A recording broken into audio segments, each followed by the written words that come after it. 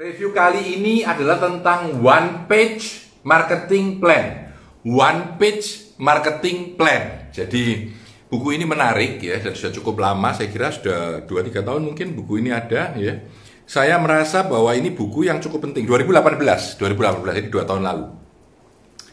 One Page Marketing Plan. Ketika kita berbicara marketing, terlalu banyak hal yang bisa kita pikirkan. Nah, buku ini memberikan kerangka berpikir yang menurut saya cukup unik dan menarik ya. Dia membagi menjadi 9 elemen. Saya akan gambarkan, lalu saya akan coba jelaskan beberapa bagian yang berbeda ya, Jadi dia bilang bahwa rencana kita untuk membuat marketing plan atau rencana penjualan itu bisa kita rencana marketing ya, bisa kita bagi menjadi 1 lembar kertas saja. Jadi dia bilang bagilah 1 lembar kertas itu ya seperti ini ya. Nah, ini kira-kira selembar kertas Anda. Boleh tidur, boleh landscape, boleh portrait ya. Kita bagi menjadi, ini kurang terang ya, saya merasa kurang terang. Saya tambahin deh biar jelas. Ya. Biar jelas. Kita bagi menjadi 9 elemen. Jadi ada 9 elemen di dalam marketing plan ini. Ada 9 elemen ya. Karena tulisannya perlu saya agak kecil sedikit, saya tulis ya. Jadi yang pertama adalah before, during, dan after. Jadi yang bawah ini before. Jadi yang ini before. Jadi sebelum kita menjalankan marketing plan, ini yang before ya. Ini yang 3 ini before. Saya tulis saja before ya, 3 ini before ya. Lalu ini during marketing, ketika sedang ya. Ini during ya. Yang ini adalah after. Ini adalah after ya. Ini adalah after. Jadi before, during, dan after. Setiap situasi atau keadaan itu dibagi 3 dia bilang ya. Ketika belum melakukan apa-apa, maka apa yang harus Anda lakukan adalah menentukan dulu siapa target Anda.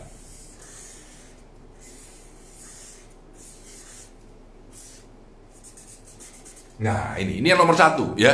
Yang nomor 1 adalah selecting your target market. Jadi ini disebut selecting, memilih ya, your target market.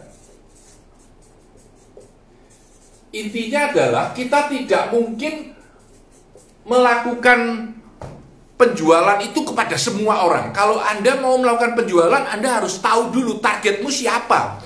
Apakah targetmu adalah mahasiswa? Apakah targetmu adalah orang yang sudah tua? Apakah targetmu adalah pengusaha? Apakah targetmu adalah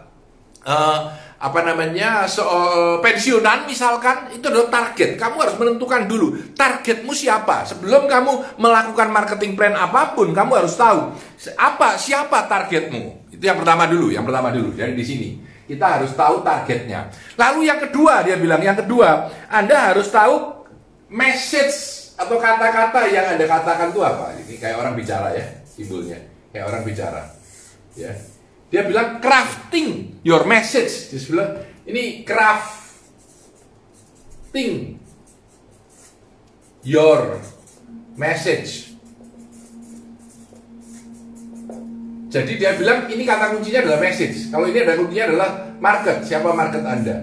Jadi bahasa apa yang Anda pakai, yang Anda desain untuk Anda sampaikan kepada target market Anda. What is the right message? Pesan apa yang Anda ingin sampaikan? Bahwa Anda terbaikkah? Bahwa Anda termurahkah? Bahwa Anda terbedakah? Bahwa Anda mampu menginspire orangkah? Bahwa Anda menunjukkan cara-cara yang baik untuk menjadi seorang manajerkah? Saya mencoba untuk mengcrafting message saya dengan mengatakan bahwa saya mencoba menginspire orang dan memberikan caranya atau jalannya. Jadi memberikan inspirasi dan jalannya untuk melakukan sesuatu dengan lebih baik. Itu message yang ingin saya berikan ya. Dan yang ketiga, pilihlah your media. Kata kuncinya adalah media. Ya, kata kuncinya adalah media. Memang di dalam ini media ya. Ini misalkan koran, ini gambarnya masih koran, walaupun Sekarang itu sudah IG ya. Tapi pilihlah media Anda, pilihlah media Anda. Nah, sebelum Anda melakukan campaign, sebelum Anda melakukan marketing, sebelum Anda melakukan apapun, pikirkan tiga ini, pikirkan tiga ini. Anda harus pikirkan targetmu siapa, pesanmu apa yang akan kamu sampaikan, dan juga pesan itu disampaikan lewat media yang mana, lewat media yang mana. Ya, ini adalah saat sebelum Anda melakukan marketingnya. Nah, sekarang during, ketika Anda melakukan marketnya seperti apa? Ya, ini yang pertama. Buat orang sales pasti sudah tahu, ini funnel ya, ini funnel ya. Jadi funnel ini bilang lead, ya. Lead. Ya. Bagaimana Anda memilih lead? Jadi bagaimana Anda membuat supaya corong ini masuk? Ya. Apakah Anda seorang hunter atau Anda seorang farmer? Nah, buku ini bilang bahwa buku One Page Marketing ini bilang bahwa hunter itu perlu untuk mencari market baru, Tetapi farming atau memelihara yang ada itu juga penting banget ya. Jadi kalau kita lihat di sini dia bilang bahwa selain kita menentukan untuk melakukan hunting, kita juga harus melakukan farming. Bahkan menurut buku ini, farming itu menjadi lebih penting. Ini disebut capturing lead. Saya tadi lupa kata kuncinya. Jadi ini capturing lead. Capturing atau menangkap lead. Jadi lead yang ada ini kita tangkap untuk masuk ya, supaya dia menjadi sales ya. Jadi ini leadnya. Ini adalah capturing lead ya. Ini lead, kata kuncinya adalah lead kita. Nah, yang berikutnya adalah nurturing lead. Nurturing, ini disebut nurturing. Jadi sebelum orang itu beli, ketika dia melihat nurturing lead ya. Jadi kalau tadi capturing, ini nurturing lead ya. Kalau nurturing lead ini digambarkan seperti sesuatu yang berputar begini ya. Dipelihara. Di sini adalah customer Anda. Ya, ini customer Anda. Ya. Nah, ini nurturing. Jadi ketika kita tahu orang ini tertarik dengan Pak Tanadi, maka saya buatkan IG saya minta Anda nonton IG saya, dan dari situ Anda suka dengan saya, akhirnya ikut seminarnya Pak Tanadi. Ayo ikut seminarnya yuk. Nah, ini juga bagaimana kita menurture, memelihara. Dan yang berikutnya adalah, nah ini disebut sales conversion. Logonya gampang banget. Jadi ini sales conversion. Jadi membuat lead, nurturing lead menjadi beli produk kita. Itu sales conversion. Nah, ini di dalam setiap fase ini, kita harus memikirkan apa yang kita lakukan. Jadi di setiap kotak ini Anda harus menulis apa yang Anda lakukan. Ini kan saya jelaskan judulnya. Jadi kalau sudah tahu judulnya, dikasih tanda kecil aja, ini market, message, media. Lalu Anda lihat apa yang harus Anda lakukan di sana. Jadi kita mempunyai 9 kotak untuk merencanakan marketing kita hanya dengan 1 lembar kertas saja, mungkin dengan post-it ketika kita bermain dengan teman-teman, dan menghasilkan sebuah rencana marketing yang cukup bagus ya. Kalau kita sudah jual, maka jangan berhenti sampai sini, harus diteruskan. Apa yang terjadi setelah orang itu beli barang kita, setelah orang itu mau sama kita. Yang pertama, atau yang ini ke 1, 2, 3, 4, 5, 6, 7 ya. Gambarnya adalah kertas kado atau kotak kado ya. Ini seperti value proposition design itu. Tulisannya adalah delivering a world class experience. Jadi disebut world class experience.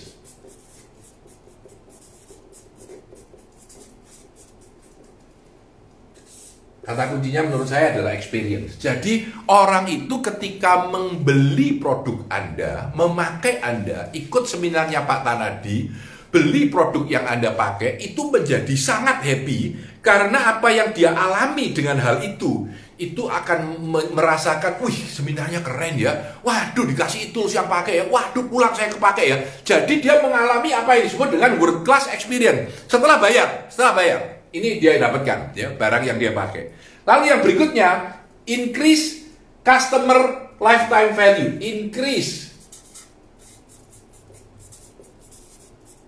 increase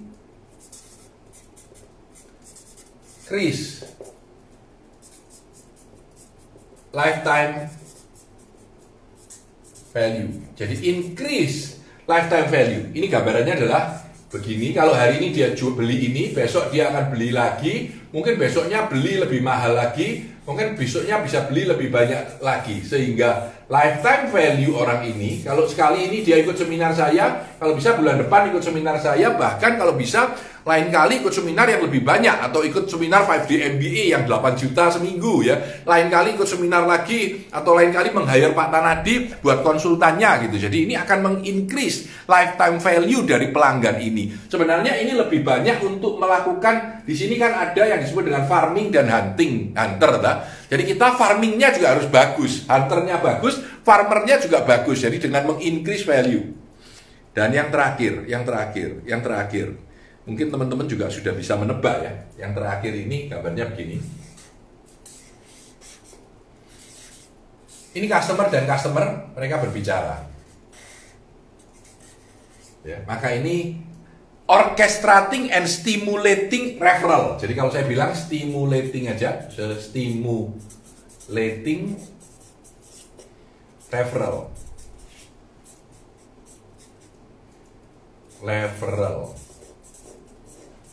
Ya, referral. Kata kuncinya referral, kata kuncinya adalah increase value. Nah, ini yang terakhir. Jadi bagaimana kita mampu menciptakan di dalam konsep marketing, one page marketing plan ini, kita mampu membuat sebuah rencana marketing dengan sederhana. Kita mampu memanfaatkan sebuah lembar kertas saja dengan mencatat kira-kira kegiatan apa saja yang perlu saya lakukan supaya saya mampu menghasilkan marketing yang jauh lebih baik, bahwa sebelumnya ketika before-nya kita memikirkan market yang kita kejar, lalu bahasa, kalimat atau message yang kita berikan kepada market itu, lalu menggunakan media apa? Apakah IG cocok? Mungkin iya, mungkin tidak ya. Ini adalah medianya. Media ini bisa saja pertemuan, bisa saja email, bisa saja surat, bisa saja apa saja. Jadi ini bahkan sebelum kita melakukannya. Ketika kita melakukan marketing, maka kita harus mengcapture lead ini. Karena tidak semua orang langsung beli. Jadi orang itu di dalam corong. Di sini ada hunter, ada farmer. Ya. Jadi kita harus membuatnya supaya orang itu semakin lama semakin masuk di dalam corong kita. Dan ketika orang ini sedang dekat dengan kita harus menurture. Jadi kata kuncinya nurture ya. Menurture lead ini supaya dia melakukan pembelian. Jadi di sini dilakukan sales conversion ya. Sales conversion. Jadi di sini akhirnya dia beli. Ketika dia bayar, selesai dia beli barangnya. Kalau produk dibawa pulang, kalau servis dia bayar atau dia komit bahwa aku sudah jadi, atau dia swipe kredit cardnya. Ketika itu selesai, maka masuklah bahwa ini salesnya selesai, masuklah ke dalam dunia after. Di dalam dunia after, kita memikirkan world class experience, bagaimana menciptakan pengalaman yang kelas dunia. Bagusnya banget, itu bagaimana kita menggunakan world class ini ya. Sesudah itu kita harus memikirkan, lain kali dia beli lagi enggak, beli lagi apa yang bisa dijual lagi, beli lagi apa yang bisa lebih besar lagi. Maka disebut increasing lifetime value of the customer. Sehingga satu pelanggan bukan hanya makan di restoran Anda sekali, tapi 2 kali, tapi ngajak temennya, tapi bikin ulang tahun acara di tempat Anda, dan dia akan yang terakhir dia akan mereferensikan, ini referral ya, referensikan tempat Anda kepada orang lain, mereferensikan tempat Anda kepada orang lain. Nah, sebetulnya Anda paham ini. Oh ya Pak, saya paham Pak. So what? Nah, yang menarik adalah sebenarnya yang harus Anda lakukan adalah membuat rencana. Jadi kotak ini Anda buat. Bagaimana saya mempunyai pikiran apa? Saya catat. Lalu bagaimana saya crafting message? Saya pilih, pakai post-it, tempel. Lalu media mana? Tempel. Jadi Anda bisa menggunakan kertas seperti ini dan melakukan hal seperti ini ya. Bisa melakukan ini. Jadi Anda bisa mikir begini, Anda bisa melakukan seperti ini, menempel-nempel seperti ini, dan Anda bisa melakukan hal pakai post-it menempel seperti ini, dan melakukan diskusi dengan teman-teman dan mencoret-coret papannya, Tapi menurut saya bahwa kita ketika memikirkan hal ini, saya senang banget dengan model ini karena model ini memberikan sebuah kerangka berpikir, ya, kerangka berpikir. Misalkan di sini ya, kita bisa poin-poin, kita bisa tulis, kita bisa segala macam, memberikan sebuah kerangka berpikir. Saya lepas saja. Ya. Kerangka berpikir buat kita, buat melakukan sebuah marketing tanpa harus terlalu panjang, tanpa mikirnya lebar kemana-mana. Jadi kita memikirkan hanya 9 elemen ini saja. 9 elemen ini ketika kita mau memarketingkan, baik itu adalah bunga, baik itu adalah sayur, baik itu adalah seminar, baik itu adalah coffee shop Anda, baik itu adalah klinik Anda, pikirkan ini dulu. Ya, pikirkan ini dulu. Ya.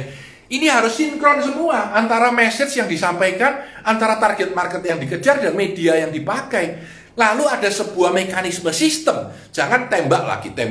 Mekanisme sistem untuk membentuk lead yang jalan ini, baik secara hunting keluar ataupun secara farming menjaganya. Ya.